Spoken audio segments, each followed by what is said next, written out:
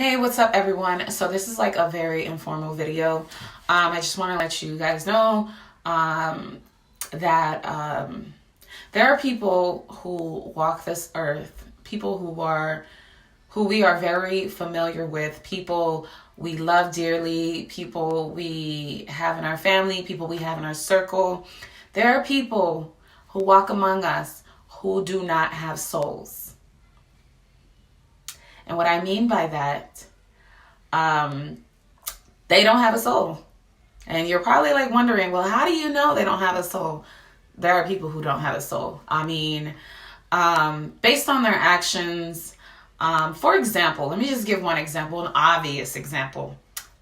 People who are like narcissistic people who are like truly narcissistic. I mean, it doesn't really, I guess, a doctor has to be the one to diagnose somebody with narcissism. But I mean, if a narcissistic person can do really evil things to other people and they soak up other people's energies just to get ahead in life, just to get that self-validation, get that energy, get that all the attention is brought onto them, chances are they have nothing going on inside. If they need, if they crave, if they have so much going on the outside and it helps validate them on the inside, it's because there's nothing there. There's nothing there. So there are people, their souls, something happened to them in life, because 9 times out of 10 narcissistic people have experienced trauma. So when you typically experience trauma, and it's so bad to the point where you're not strong enough to handle or deal with it, you mask it with other things. Sometimes your soul just leaves your body and it's lost somewhere in the matrix or in another realm or whatever. It's not to say that your soul is completely gone. It's just probably waiting for your meat suit to die off and so that you can reincarnate and try again in life. That is a possibility. So, and I just say narcissistic people because it's easier to kind of like point them out, because there are people who, narcissistic people can't even tell you why they do the things that they do. They can't even tell you, look, I don't know. I'm the shit. I'm better than you. I'm this, I'm that. I have this going on. I've achieved so much in life. It's like, they need that to kind of feel, give them the energy to be fulfilling for them, and the validation from other people and being the best. But at the end of the day, when you get to truly know them, they are really, really horrible people. Can their soul be found and brought back to their bodies and they can be changed? It's a possibility. But the ego, because narcissistic people operate off ego, is a very powerful thing, because we have been conditioned to operate with our ego. So it's kind of hard for them to kind of like find themselves, to be whole again, to have feelings, to have a heart, to operate through a conscious level of mind. It takes some serious literally soul searching to find their soul, bring back in their bodies to be healed from whatever trauma or issues they had going on, and whatever time in their lives or whatever. So they're just like an easy example. I'm pretty sure, you have come across some narcissistic people and you're just like, how could people be so evil, so horrible? So it's because they don't have a soul. They really don't have a soul. If they can't even tell you themselves why they do the things that they do, it's like, look, I just do it. It gives me the energy. It helps me validate myself. Me stepping on other people for them to recognize me as being better gives me the energy. That's their mindset. So it's because there's nothing going on the inside. Just to let you know, this is just a very short version of it.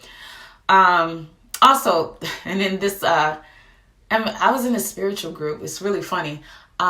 This narcissistic person was like, you know, he tried, I guess somebody must have called him out on being narcissistic.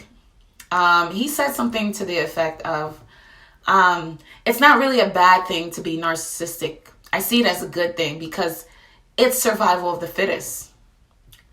When I saw that, I was like, yo, no bueno. This is not good.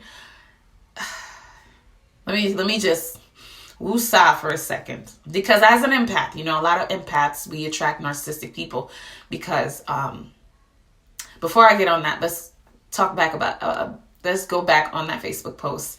When he said that, I was just like in shock. And of course, all the empath, all the spiritual people came and attacked him on the post, because it was like, you know, how could you say that and be spiritual, first of all?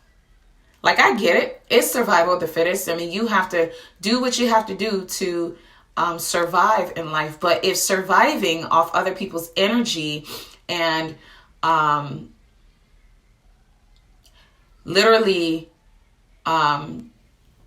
taking their energy and also stepping on them at the same time and destroying them just to get their energy, how do you not see that as a bad thing? I don't even have to ask that question. I was like, this dude don't have a soul. But, you know, it's cool to be spiritual. You know, spirituality is a trend nowadays. Everybody wants to be spiritual. So the narcissistic people see it like as, okay, this is an opportunity for me to be seen, for me to be a part of something that really doesn't resonate with a soul that is lost. But hey, some people will disagree with me. I don't care. I can read people, and I can honestly say, if your energy is off, or if I have trouble reading you, it's either you've done some spiritual work to close yourself off, or you do not have a soul. There's no in between. You just don't have a soul. Or you do have a soul and you know how to protect yourself. Not all spiritual people are at that level. So I just wanted to talk about that. Also, and another thing with these folks who don't have souls. I think it was in a reading. I did a reading on someone who asked me a question. Now, I'm not going to deny my spiritual gifts. I'm not going to downplay it. I'm not going to say that I was wrong, because I'm typically not wrong. I may be off a little bit because I'm still learning about myself and my powers and my capabilities, and still learning how to connect with the universe. You know, I'm advancing every day. Spirit, whatever, the ancestors, spirit, my spiritual guides, they all give me a little bit to see how much I can handle and how much work I put in to receive it. So when I have a hard time reading someone, it's because there's nothing there to read. Their energy is off. And there's nothing else to read. So when I do a reading, I don't second guess my reading, because then that's like, you know, you have the gift. Sometimes, you know, when you give someone a reading, their ego is like, nah, that's not what it is. You know, they're in denial until they actually, you know, let the information actually flow and resonate with them. Because I was one of those people. Somebody gave me a reading and called me out on something. My ego was like, nope, that's not true, until I actually sat down and was like, oh, processed it. And I was like, oh, yeah, that reader was right about X, Y, and Z. I could see, you know. So that's why I don't say that readers are wrong. I just say that sometimes it takes their powers, it takes them a while to get advanced in delivering the information from the universe. So, but with reading people without a soul, there's like nothing to read. It's like it's just difficult. It's like the information is just all over the place. So when someone without a soul, and I keep saying narcissistic because I've dealt with narcissistic people. I mean, hold on. Okay, I'm back. Now it's just my kid. You know how it is.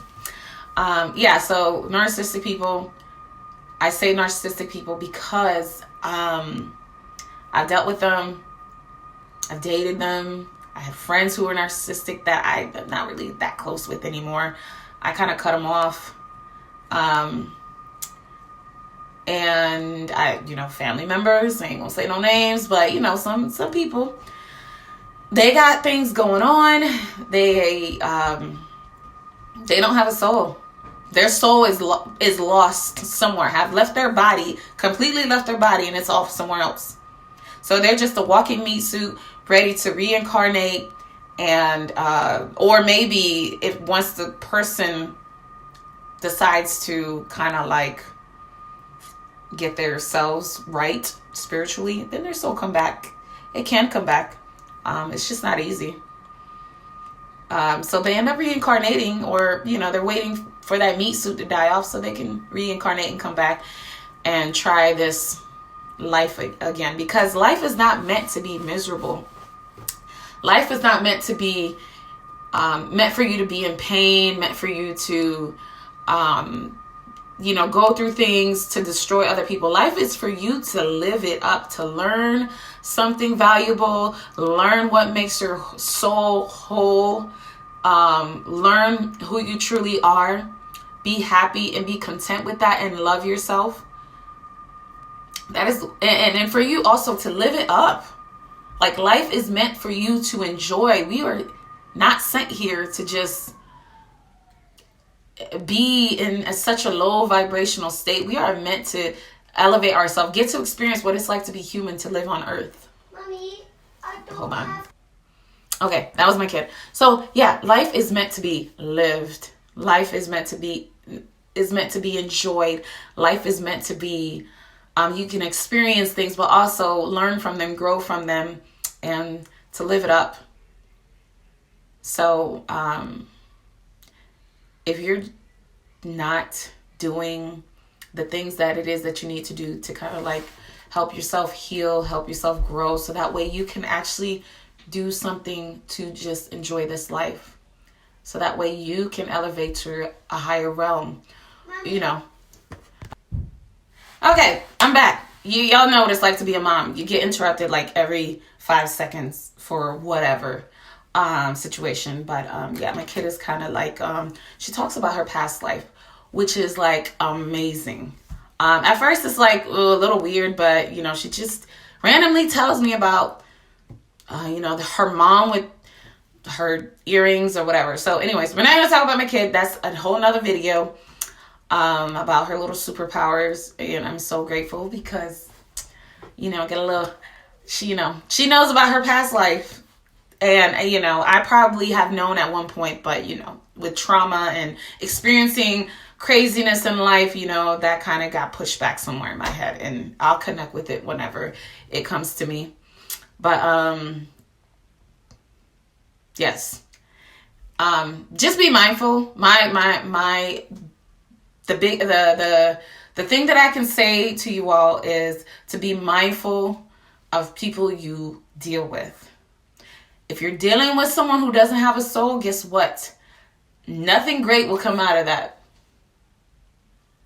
If their soul is lost somewhere and just wandering the earth, or wandering the matrix or another realm, another dimension, you won't have a good experience with that person because they don't know. They don't know what's going on with them. But if you think you've been dealing with someone who just doesn't have a soul, like, let me know what your experience was like. Because, when you actually realize that people walk among us without souls, it kind of makes you look at people different now. You kind of like, ugh, I'm going to stay away from you because I don't know what craziness you got going on. I don't know where your mind is at because you are not there. You just have a meat suit that, is probably, is healthy. It still has a pulse. It still can live on for another 20, 30, maybe 50 years or up to 100 years. It doesn't matter. But, they're living that long without a soul. It's just, I don't know what to say. I don't know what to say. Just be mindful who you deal with. Had I known this a long time ago, I would have avoided 2 narcissistic relationships. Jumped from one and hopped into another, and it was like chaos. But us people who are empaths, we are notorious for being Captain Save-A-Hose. Like, seriously. We have so much love to give. We have so much healing to give. Someone without a soul is like someone who's lost and they just need someone. We are notorious for attracting those type of people. We're notorious for wanting to heal other people because we've been through the trauma, and it's easy. And this is another thing.